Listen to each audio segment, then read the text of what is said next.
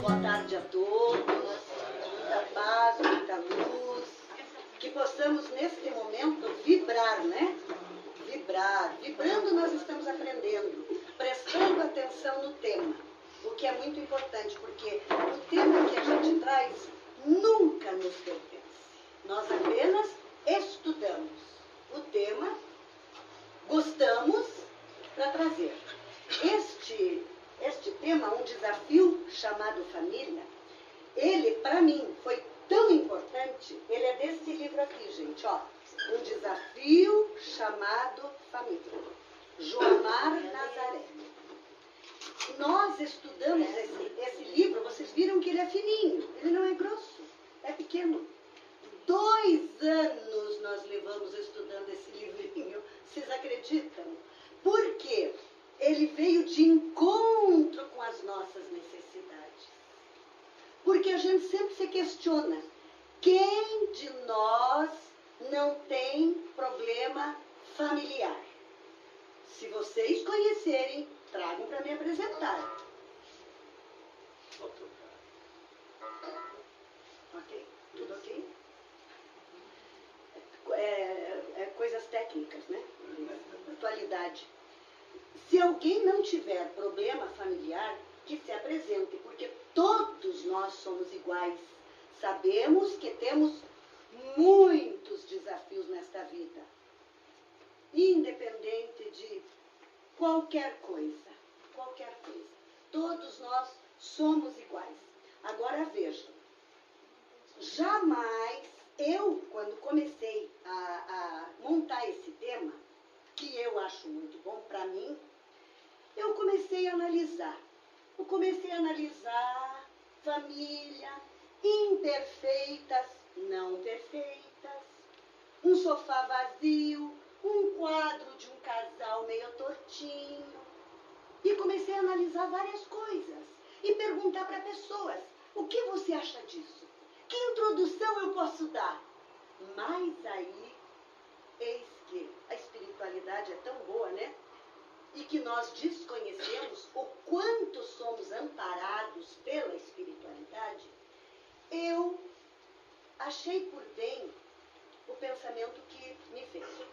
Jamais nós poderíamos analisar um lar aqui na Terra sem antes irmos ao plano espiritual. Porque é lá que começa, que se inicia a nossa trajetória na matéria. E é você, amigo. Cobra, catedrático. Ele tá. Porque tá azulzinho aqui, ó. Agora pode ser lá. Ou aqui. Mas não se preocupe, isso é que nem aqueles caras da Globo que ficam mexendo. Tá? Isso mesmo. Pode se concentrar na palestra. Então vejam, é no plano espiritual que nós lá, desvencilhados da matéria densa, olha a beleza, gente, e nós vamos para lá, e lá nós analisamos nossas necessidades. Adoro separar em sílabas, porque aí penetra mais na gente, né? Porque quando a gente fala necessidades, passa muito rápido. Então a gente tem que falar necessidades. Acho ótimo.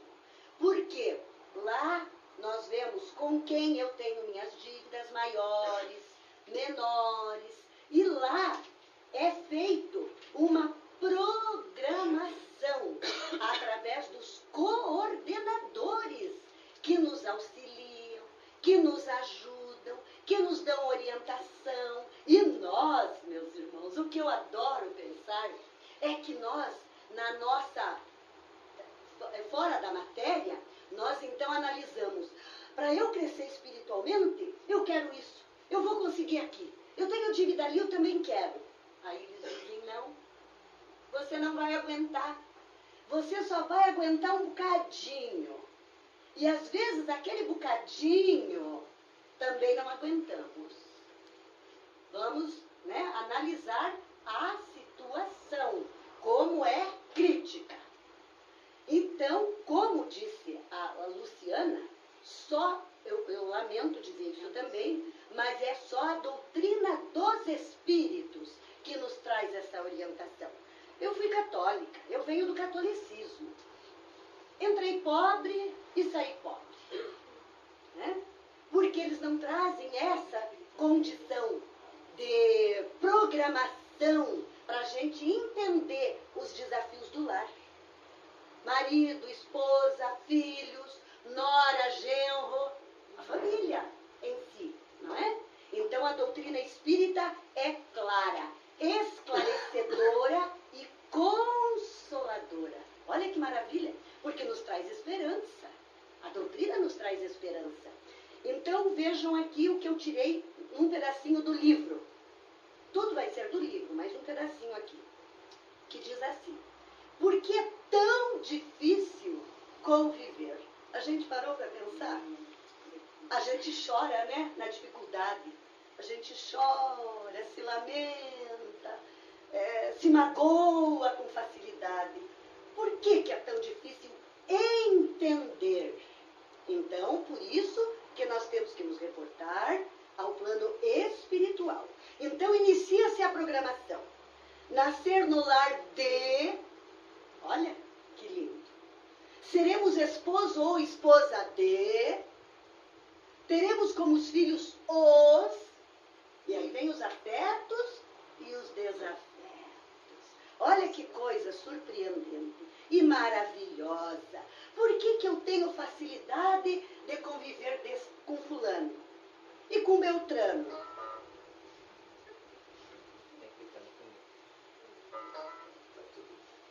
Por que eu tenho mais facilidade? Por que eu tenho tanta sintonia com fulano de tal e com o outro eu tenho tanta dificuldade? Às vezes a gente não consegue nem interagir, olhar nos olhos, ouvir, já sai aqueles atritos. A gente tem as dificuldades. Porque na bondade divina, então nós viemos junto com aqueles que temos mais sintonia para nos dar força de tocar adiante a vida e seguir o caminho, não é verdade? E aqueles com as dificuldades que a gente então já sente que ali está o nosso foco de perdão, de tolerância e que não é fácil. E vejam só, lá no plano espiritual, nós muitas vezes desconhecemos, mas até o período de permanência na Terra é mais ou menos feita uma programação. O período, porque muitos voltam antes da hora. No livro Missionários da Luz, a reencarnação de Sigismundo, nós vamos ver lá Manassés, coordenador, atendendo Silvério. Silvério iria reencarnar. E ele diz assim para Manassés: quanto tempo eu terei que ficar na terra? E Manassés diz para ele: no mínimo 70 anos. Não me volte aqui antes do tempo. Então nós temos que prestar atenção que ele está dizendo para Silvério que é no mínimo. Ele pode ficar mais tempo na terra, se cuidar do corpo, se tiver responsabilidade com o corpo, compromisso. Porque quem não cuida do corpo, como é que faz? Volta antes, não volta? Lá no Evangelho Sede Perfeito está lá. Cuide do corpo e ame a sua alma. Olha a importância, gente. Cuide do seu corpo e ame a sua alma. Então, diz assim, o lar na terra é o grande núcleo de trabalho. E nós, quantas vezes dizemos, né? Já estou cansada, estou cansada. Na casa espírita, para a gente vir, é um esforço.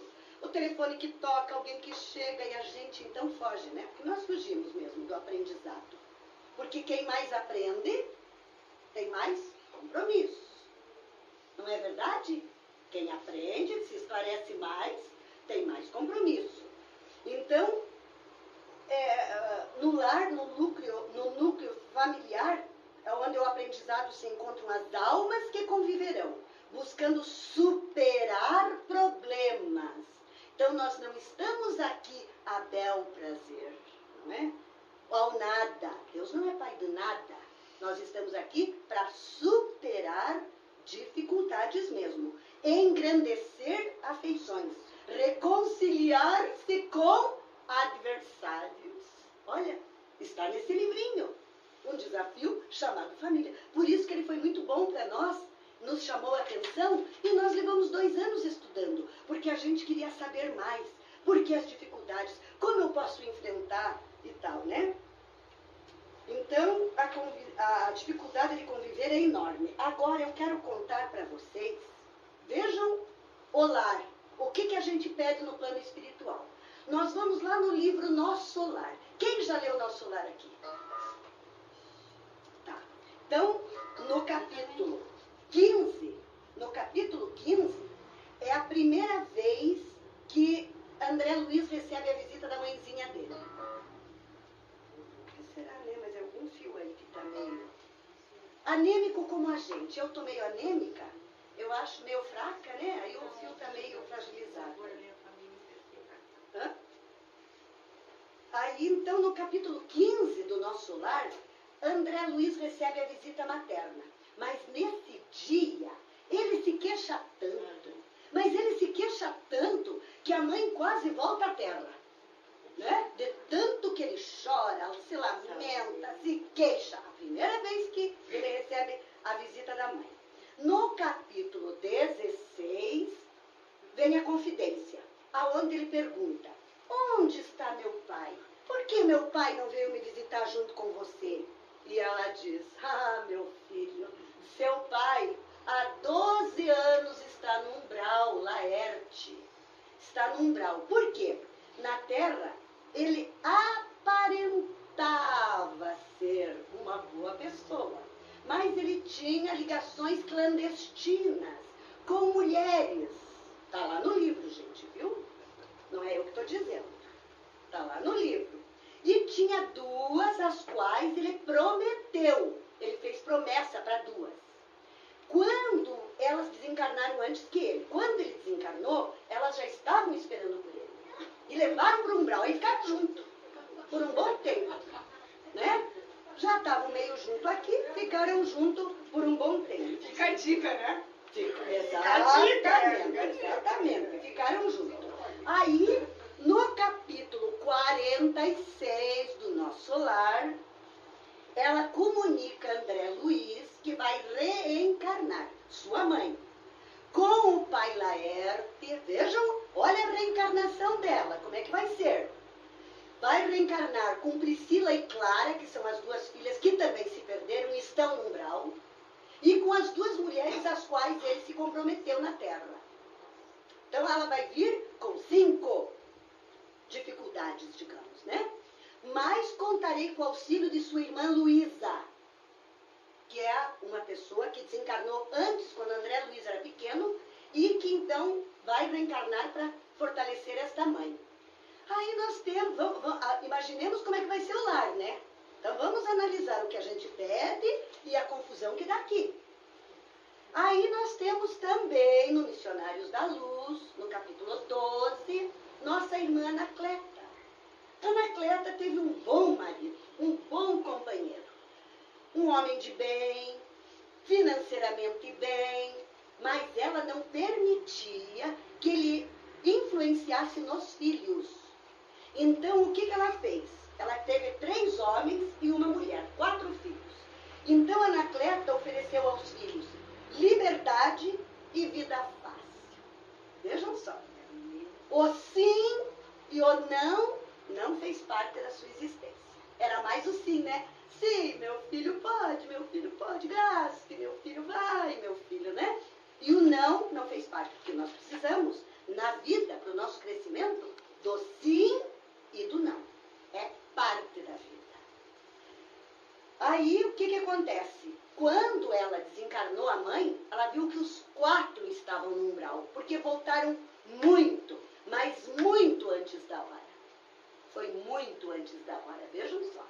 Então, ela, quando foi atendida no plano espiritual, aquele período de perturbação, e que ela se conscientizou do acontecido com os 4 filhos, ela então começou começou a trabalhar no plano espiritual para reencarnar e trazer os 4 filhos de volta para recuperá-los espiritualmente, através do trabalho árduo. Por isso que nós temos o desafio, porque o trabalho aqui é árduo, não é para um, não é para outro, é para todos. A vida, quando a gente acorda de manhã, a gente tem noção do desafio que vai enfrentar? Nós temos noção? Você vai ser de alegria, você vai ser de mágoa, de tristeza. Nós não temos noção. Porque Deus é tão bom que Ele não nos dá essa condição. Né? Então a gente é uma incógnita. O dia é uma incógnita. Então, nós vamos aqui passar o nosso... Vamos ver se está bom, né, meu amigo? Vamos testar. Estão vendo bem daí? Dá para ler? Dá para ler ou está muito claro? Não dá para ler? Que dó. Pela claridade, né? Cortininha escura tem que pôr aqui também, né? Por causa da visão do data show aqui. O objetivo do casamento não é escolher o melhor par possível mundo afora, mas construir o melhor relacionamento possível com quem você prometeu amar para sempre. Porque nós, quando casamos, eu casei, já tenho bodas de ouro, 50 anos, não é? De casada. Então, quando a gente casa, é aquele sonho maravilhoso, né? E a gente é muito imatura, todos somos imaturos, e sonhamos. E o padre diz, na alegria, na tristeza, sim. Na saúde, na doença, sim. É tudo sim, não é verdade? E aquela alegria. E o outro vai me fazer feliz. A gente sempre pensa no outro que vai fazer a gente feliz. Mas acontece que o outro também está pensando isso da gente. Não é verdade? Ah, ela vai me fazer feliz. Comidinha, casa limpa, não é verdade? Roupinha muito tranquila no guarda-roupa. Pensa uma porção de coisas, né? Ainda mais no tempo que eu casei, há 50 anos atrás. Hoje já não tem tanto machista, mas antigamente o mundo era muito machista, né? A mulher pedia conta. Eu sou do tempo que a gente trabalhava fora e quando ia casar, vou sair do emprego porque vou casar. Hoje, se você sair do emprego, o marido também te despacha. Na minha casa foi assim. Se eu pedisse a conta, ele me despachava, porque a mulher tem que somar, colaborar, produzir. E eu até agradeço que foi assim, né? Porque assim eu me aposentei, lidei com muitas pessoas, foi maravilhoso. Se ele tivesse me dado uma colher de chá, eu ia ser só dona de casa, não é? Então, temos tudo isso. Então, quando a gente casa, a gente sonha muito. E depois vê a realidade da vida, né? Que não é aquele sonho. Vejam só. Um casamento perfeito é apenas 2 pessoas imperfeitas. Essas coisas que eu gosto de apreciar nas aulas, né? Que se recusam a desistir um do outro. A gente parou para pensar que em um lar pode ter 4, 5, 6 pessoas.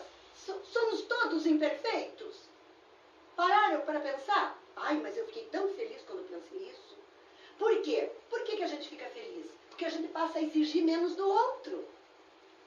Ninguém é perfeito. A gente não vai agradar sempre, nem os outros vão nos agradar. É uma família de imperfeição. Olha que maravilha.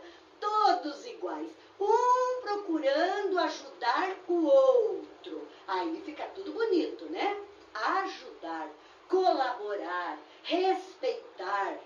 O casamento precisa de tudo isso, senão ele não vinga. Não é verdade? Então, vamos lá. Olhem aqui, gente. Que pena que não estão vendo muito daí, né? Muitos problemas. Aqui tem um casalzinho risonho, que é o início, assim, tão engraçadinho. A gente sorri muito, né? Tudo é legal. Ó, muitos problemas seriam resolvidos se o orgulhoso ou a orgulhosa, né? Apenas dissesse, me desculpe, eu errei, não vou mais fazer isso. Então, o que eu penso? Que as palestras A gente tem que interagir, a gente tem que fazer uma autoanálise de comportamento. Porque a palestra fica mais gostosa, ela penetra mais na nossa alma. Vamos fazer uma análise de comportamento? Vamos? Quem pede desculpa aqui, levante a mão.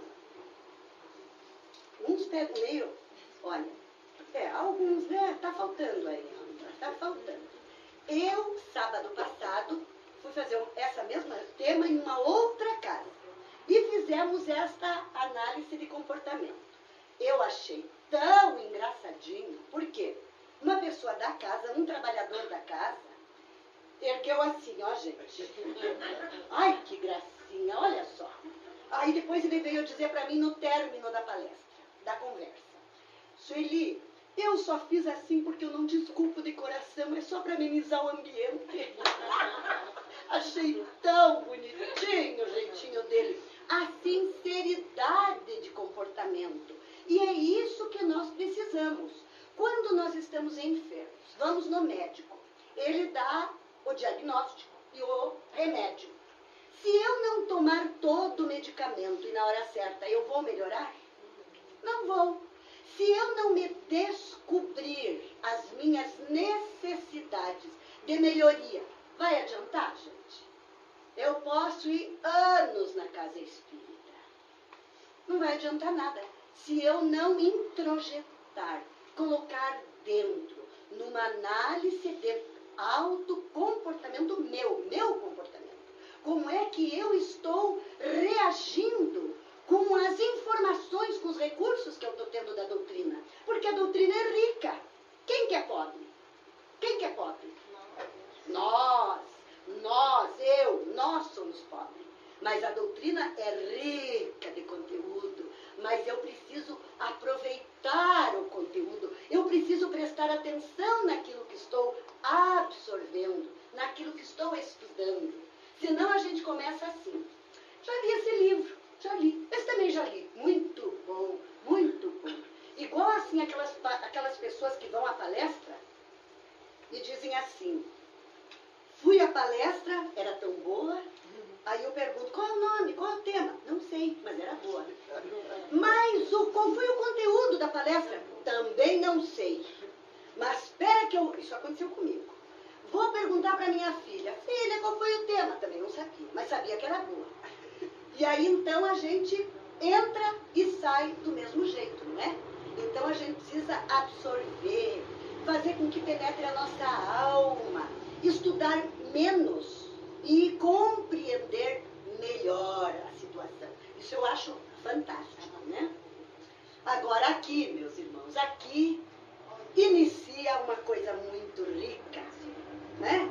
Que são os filhos. Olha, que gracinha! Dá para ver daí? Dá. Gente, olha, amor de marido e mulher é um, de filho é outro. Com filhos, nós aprendemos a amar, gente. É com os filhos que nós aprendemos a amar. Chico Xavier tem um livro que diz assim, os dois maiores amores. Aí os homens, se quiserem me bater, depois é lá fora. Mas diz assim, é Emmanuel que diz, que os dois maiores amores é de Jesus para todos nós. Né? Porque o amor dele é incondicional. Ele ama todos. E o segundo maior amor, de mãe para o filho. É perfeito. É perfeito, agora eu já disse. É perfeito. Perfeito. Viu como a gente diz? É perfeito. Porque a mãe cria, a mãe é a primeira professora, a mãe ensina. Não é verdade, gente? Não que o homem não faça. Hoje o homem está bastante participativo. Os jovens, quando casam, ajudam a dar banho, trocar fralda, dar mamar. Está muito legal a situação atual nesse aspecto. Mas a mulher, ela aprende a amar com os filhos. Nós aprendemos a amar com os nossos filhos. Um amor que perdoa com facilidade, né? Aqui, gente. Olha que família maravilhosa. Olha, estão almoçando. Será que a gente está vendo o celular aqui, o WhatsApp? Dá para ver aqui? Estão vendo? Não! Viu? Não tem WhatsApp aqui. Olha só, que saudades desse tempo, né, gente? Que saudades, porque a coisa mais triste hoje, a pessoa não fala, a pessoa está assim, ó. A pessoa não fala, a pessoa não conversa. Em casa está faltando muito diálogo, porque aos filhos no computador, um aqui, outro lá, não existe quase mais esta reunião familiar, aonde sem internet, sem WhatsApp, a gente olha um para o outro, se conversa, vê como é que um está se sentindo, outro, aquele diálogo gostoso, aquela abertura do coração, da alma. Isso a gente quase não vê. E será que a gente consegue dominar isso nos filhos hoje? Muito bem, muito bem. Eu gosto de gente assim. É sim, é não, isso aí, tá certo. Quase não conseguimos. Aqui está uma grande realidade. Porque somos todos, não tem exceções, imperfeitos, reticência, que eu adoro, porque é para pensar, né? Reticência é para pensar. Você vai magoar muitas pessoas e os outros vão feri-lo também, intencionalmente ou não. Isto aqui é realidade ou não? Completamente realidade, gente. Às vezes nós nos magoamos, nós somos ainda tão frágeis espiritualmente que a pessoa passa, não nos dá um cumprimento como eu desejava, já estou magoada. Oxa, passou por mim, nem me olhou. Então, nós somos ainda essas pessoas, que por poucas coisas nos magoamos uns com os outros. Então, a gente vai magoar e ser magoado também, porque é parte da nossa existência, né? Agora nós começamos no livro. Umas questões aqui para confirmar aquilo que já dissemos. Ai, ai, ai. Ele vai e volta, ele só dá um susto em nós. Esse é o problema de família. É o desafio chamado família. Ó, quando no plano espiritual, despertos, porque aqui nós dormimos e fugimos, né? Nós não estamos despertos como deveríamos. Desperto para o alcance de nossos erros e mazelas morais e conscientes dos compromissos assumidos para com os outros, solicitamos o retorno à esfera física. Então, nós não estamos aqui porque eles fizeram programação para nós. Nós solicitamos. Que precisávamos estar com esse, com aquele outro. Solicitamos. Carregando as provas necessárias para o burilamento e reencontrando. Esta palavra eu achei maravilhosa.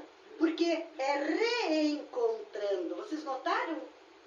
Nós já temos acesso, já tivemos acesso com essas pessoas. Estamos reencontrando. Olha o que a doutrina nos traz para o nosso ensinamento. Reencontrando almas simpáticas para prosseguimento do progresso afetivo e almas adversárias para reconciliação e entendimentos necessários. Ninguém é desconhecido de ninguém, né, gente? O CEP não foi para o lugar errado. Diz que ele veio para o lugar bem certo. Assim, reúnem-se no mesmo ambiente devedores, em resgate de antigos compromissos, desafetos companheiros de erros passados, afeições queridas e amigos em trabalho de socorro mútuo. No decorrer de nossa jornada terrena, sucedem-se as situações que irão traduzir na prática o planejamento feito na esfera espiritual. E nós lá, fortalecidos, sem a carne, sem o corpo material, nós achamos que vamos superar. Viemos com o carnezinho. Se tiver 10 folhinhas, nós pagamos 2, 3. Vocês concordam, gente? O que vocês acham? Vocês acham que isso é correto? Que a vida é assim? É bom ouvir opinião. Sim ou não? Sim. É. não completamos tudo. Não completamos tudo. Nossa, se nós pudéssemos cumprir todas as Que promessas. bom se pudéssemos, né? Tudo que solicitamos, porém, reticências. Não podemos esquecer que o ambiente familiar é formado por criaturas em processo de melhoria. Então, aqui está dizendo que ninguém é perfeito. Estamos em processo de melhoria. Ainda, porque nós nascemos para a luz, mas ainda carregando muita sombra, por expurgar, para pôr para fora, né? Eliminar, o que cria um clima de experiências diversas, constituindo uma grande escola a educá-las, o grande cadinho depurando-as. Não é fácil, melhorando, convivendo com os difíceis, ninguém é igual, ninguém tem o mesmo gosto, ninguém tem. É relativo. Às vezes a gente gosta do amarelo, outro também gosta, é relativo. Mas outras coisas não. E nós temos que nos acostumar, nos adaptarmos uns com os outros nas dificuldades. Como matérias indispensáveis ao nosso crescimento espiritual, encontraremos aí, olha, alegrias, lutas, dores, desavenças, experiências, muitas experiências, menosprezo, ingratidão, mas também amizade e amor, que é o que nos dá força e coragem, e vamos para frente, e vamos lutando, né? Um dia choramos, outro dia sorrimos, porque a vida é assim igual para todos nós. Olha que lindo isso aqui agora que é o término, né? Fonte de socorro. Onde os pais podem buscar o socorro para as dificuldades em sua missão? Com os psicólogos? Com os educadores? Com os médicos? Com os assistentes sociais? Sabemos serem eles grandes auxiliares no trabalho de socorro à família, mas não suficientes para enfrentarem a tempestade moral que assola o lar na atualidade. E é a realidade, meus irmãos. Porque nós estamos vendo também problemas enormes em vícios, muitos vícios. Muitos vícios. É lamentável, é muito triste. Sofrem os viciados e sofrem quem convive com eles no lar, né? Muito triste. Aí, aonde que nós podemos ir buscar socorro? Com Jesus. Jesus, nosso mestre, é o grande psicólogo, educador, médico das almas, não é? Mestre maior a nos mostrar o caminho da vitória espiritual. Só com Jesus, meus irmãos. É o caminho da vitória espiritual. Não existe outro caminho. Não existe. O Evangelho é o grande roteiro, porque o Evangelho é o nosso roteiro que Jesus nos trouxe, de iluminação das almas, encerrando em si a manifestação do Divino Mestre. O Espiritismo é a revivescência do Evangelho, trazido à Terra sob a supervisão do Cristo, com a missão de transformar a humanidade para a nova era. O Evangelho segundo o Espiritismo, o Evangelho no lar, que nós temos que fazer para trazer Jesus na nossa casa, na nossa convivência, orar todos os dias da nossa vida. Nós não podemos perder este vínculo com a espiritualidade, amiga. Não podemos e não devemos perder esse vínculo. Porque quando a dor apertar, nós não saberemos que rumo tomar. E quando nós já estamos habituados a orar todos os dias, obrigado, Senhor, pela vida, e agradecer, pedir aos nossos amigos espirituais, aqueles que nos acompanham, porque nós não estamos desamparados no mundo.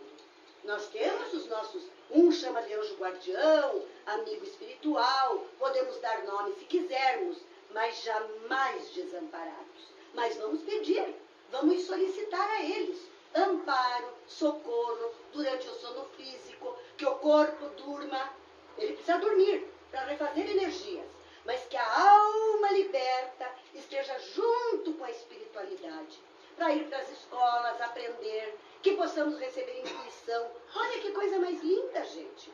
A oração diária, muito importante. Olha, aqui, a união familiar. Isso eu achei muito bonitinho, porque é do meu tempo, né? E na minha época, as famílias eram muito unidas. O que hoje já não é tanto. Pode até ser, mas tem parentes que nem se conhecem. Primos que não se conhecem, não é? No meu tempo não era assim. Era essa união familiar, ó. Aqui coisas que o dinheiro não compra. Na farmácia não tem, em lugar nenhum, né? Amor, amizade, sonhos, desejos de melhorar, de ser melhor, não é? Felicidade, dignidade, honestidade. Dinheiro não compra. Então, isso é fundamental. A gente hoje já não vê mais tanta união familiar. A Luciana falou de lares, né? Que aqui a casa ajuda lares. Nós também, lá no Mensageiros da Paz, tem 2 lares que a casa auxilia. Uma vez por mês, o primeiro sábado do mês, o pessoal se reúne e vai lá no lar. Eu sou a favor do lar. Eu acho ótimo.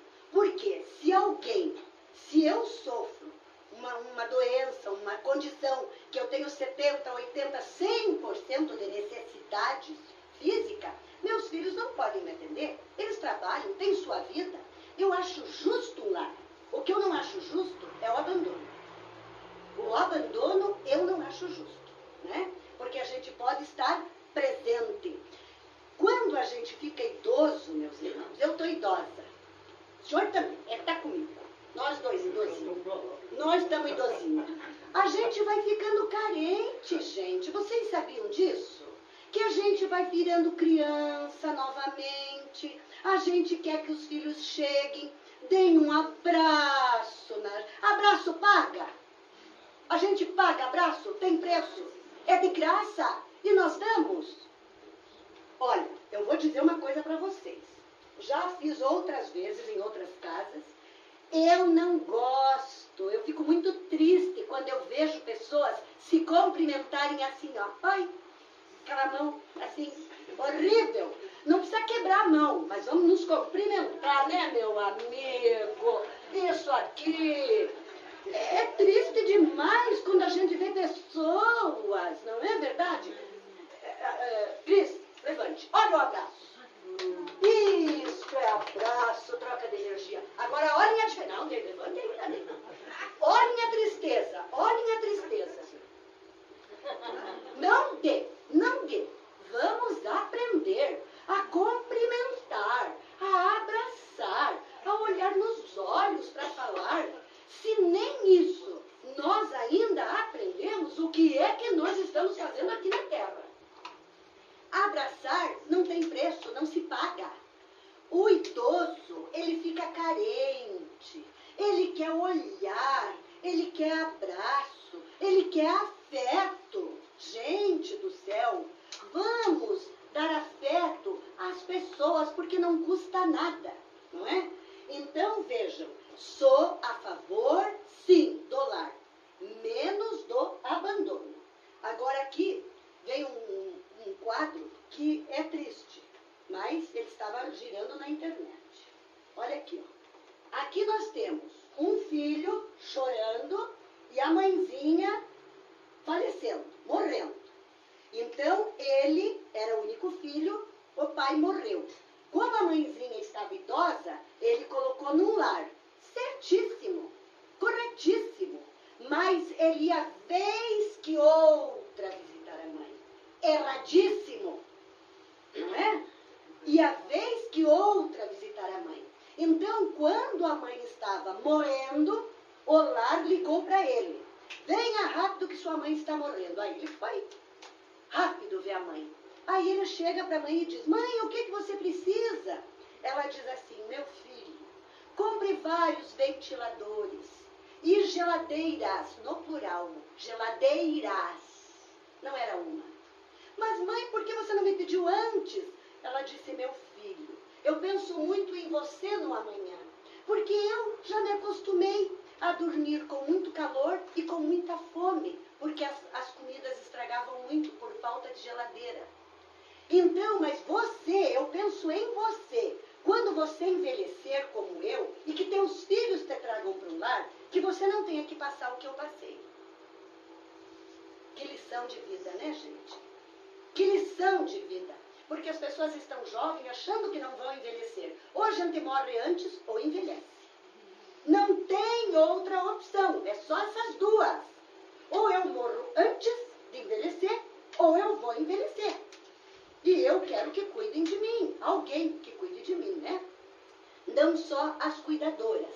O afeto do carinho familiar. O afeto familiar. Aqui, meus irmãos, eu gosto muito das anotações de Chico Xavier. Porque são plenas, são lindas. Ele também se sentia magoado quando alguém magoava ele. Fico triste quando alguém me ofende. Todo mundo fica triste quando é ofendido. Mas, com certeza, eu ficaria mais triste se fosse eu o ofensor. Magoar alguém é terrível, porque é uma questão de consciência. Quando a gente magoa alguém, nós temos que olhar as palavras que dizemos para os outros. Porque depois de dito, gente do céu, às vezes vai anos de lágrimas para a gente recuperar, porque a borrachinha, não tem ainda uma borrachinha que você vai lá, compra e diga eu apago. Não tem. Cai na pessoa a palavra. E de acordo com ela veio. Então nós precisamos prestar muita atenção. Chico tem uma receita muito boa. Quando alguém nos magoar ou estiver discutindo conosco, coloquemos um gole de água na boca. Sabe, né? Fica com o gole de água na boca. E deixa, não engole. Fica com o gole de água. Porque aí a pessoa não fala. O outro está falando, brigando. Mas aí a gente não responde. Quando o outro terminar e que eu engoli a água, já passou a vontade de eu dizer tudo o que eu tinha que dizer. Então a receita do Chico é o gole de água na boca.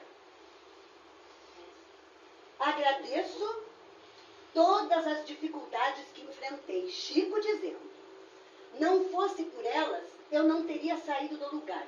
As facilidades nos impedem de caminhar. Mesmo as críticas nos auxiliam muito. Porque Chico foi criticado, magoado, ferido. Uns amavam, uns falavam mal. Porque ninguém agrada a ninguém nesse mundo. Todo mundo. Ninguém consegue fazer isso. Ninguém. Se na nossa casa, onde tem 3, 4, 5, 6 pessoas, a gente não consegue agradar todos, imagine falando da humanidade, né? Você não consegue fazer isso. Não tem como. Então, Chico também recebeu várias críticas, mas as dificuldades que ele enfrentou fez com que ele desse o passo para frente. Aqui, meus irmãos, como nós falamos dos recursos da doutrina espírita, os recursos que nós temos, a riqueza que nós temos. Então, Maria foi escolhida por Deus para gerar Jesus. Porque um espírito puro não poderia vir em outro ventre, que não fosse a semelhança, né? Puro, como Jesus. Aqui, nosso Kardec, que nos trouxe a codificação. Bezerra de Menezes, escolhido para ficar na terra por Ismael. Emmanuel, Meimei, Chico e Joana de Ângeles. Alguns dos quais nós temos tantos recursos para buscar, para nos melhorarmos a cada dia, analisando tudo que trouxeram, mentalizando, estudando. A casa tem aulas, eu tenho certeza que tem aulas aqui, deve ter aulas, né? A gente deve aproveitar as aulas que a casa oferece, porque é nesta troca, estudando, é que a gente aprende muito. Formam-se verdadeiras famílias nos grupos de estudo. Eu quero morrer estudando, gente, porque é muito bom estudar, trocar, aprender com os outros, não é? E aqui, meus irmãos, aqui Jesus, lavando os pés do apóstolo, humildade de Jesus. Esta palavra é a primeira virtude no meu entendimento. Ninguém tem que pensar igual. Para mim é a primeira.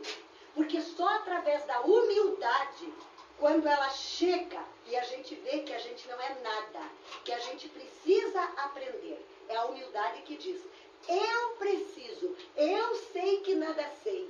É a humildade que nos faz pensar, analisar, olharmos para nós, não é? E entendermos nossas necessidades. Vamos fazer mais um teste gostoso? Nós sempre dizemos assim, né? Que conhecemos os outros. Não temos facilidade de conhecer os outros? Temos ou não? Temos uma facilidade de se me perguntarem do outro sem dizer uma porção de coisa. E se disserem para mim, e você? Vou gaguejar. Eu, né? Então, vamos colocar todos nós a nossa mão virada assim, ó. Aqui para baixo. Vamos colocar. Muito bom. Conhecemos as nossas linhas da mão? Conhecemos? Não. Mas como é que nós dizemos para os outros? Conheço aquela pessoa como a palma da minha mão. Eita, gente! Que beleza essas experiências, não é? A gente não conhece as nossas linhas da mão. Nós não conhecemos. Não sei quantas tem, como é que ela é. Mas a gente diz que conhece o outro como conheço a palma da minha mão. Aí a gente já está mentindo. Já estamos usando uma máscara, né? Porque não, a realidade não é essa. Nós não nos conhecemos, mas sempre queremos conhecer o outro. Então, a humildade que Jesus nos deixou é que deve estar presente dentro da nossa alma. Adquirir a primeira virtude, humildade. Delas, outras virão. Meus irmãos queridos, muito obrigado por esse período gostoso, que para mim é uma satisfação, e até, quem sabe, uma próxima oportunidade.